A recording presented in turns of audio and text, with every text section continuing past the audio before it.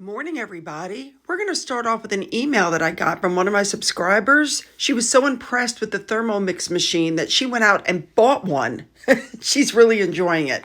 All right, I have a recipe for you today. This is another Thermomix recipe, but of course you can adapt it to make it at home. So let's go. So for tonight's recipe, I made chicken tetrazzini.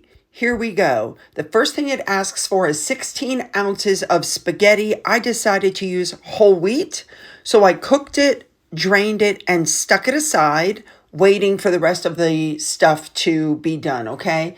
So then the next thing I did was I put Parmesan cheese, panko bread crumbs, and the butter into the mixing bowl, and I chopped it all up and I stuck it in a separate bowl. Again, this is something that you can do in a food processor at home. You don't need a Thermomix for this, okay?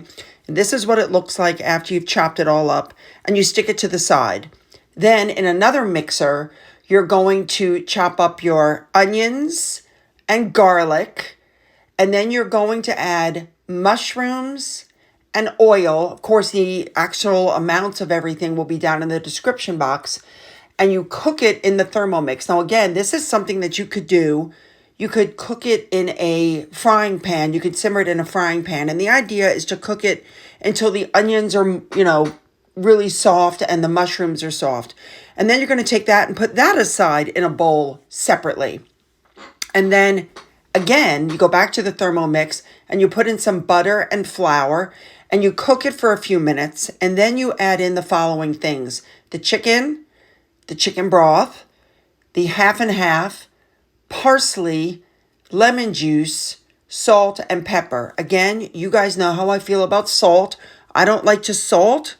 That's something that you guys can do on the side, okay? And that cooks for 10 minutes. But again, this is something that you could do in a frying pan. You don't have to have a Thermomix. You can absolutely adapt the recipes. You preheat your oven to 400 degrees. You put the spaghetti in the dish, dump everything else in it, and put the panko mixture over the top and stick it in the oven. And it cooks in there for 15 to 20 minutes until the top is brown. And then you pull it out and you serve. This entire plate of food, this entire dish of food was gone in like 5 minutes. Everybody had seconds and it was gone. So I hope you'll give it a try. It was really good and really easy.